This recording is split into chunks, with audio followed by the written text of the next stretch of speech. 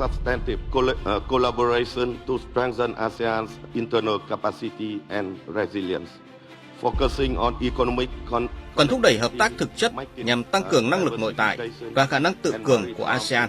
Trọng tâm là kinh tế, kết nối, đa dạng hóa thị trường và an ninh hàng hải để duy trì chuỗi cung ứng.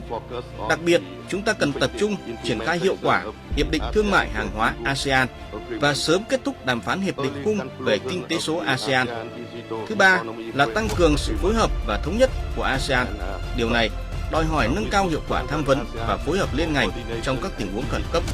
Đồng thời, cần phát huy hơn nữa vai trò điều phối của Ban thư ký ASEAN. Trên tinh thần đó, tôi ủng hộ việc thông qua tuyên bố của các nhà lãnh đạo ASEAN về ứng phó với cuộc khủng hoảng tại Trung Đông. ASEAN Secretariat.